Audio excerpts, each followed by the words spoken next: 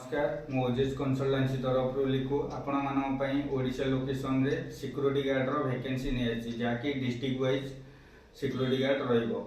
Salary रोची 10,000 रु नहीं 22,000 पर्यंत। चलतु जाना कौ लोकेशन रे हमरो सिक्योरिटी गार्ड रो वैकेंसी अवेलेबल रोची।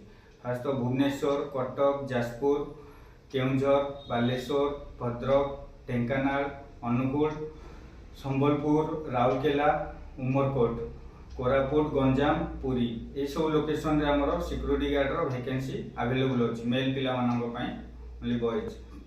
तो क्वालिफिकेशन मिनिमम पंचम पास थिबा दरकार। हाइट 5 फुट 2 रु नै एबो। आ रहिबा पई रूम फ्री रहउची कंपनी तरफ रु। खाइबा पई मेस एवं कैंटीन रो सुविधा रहउची पिला मानक पई।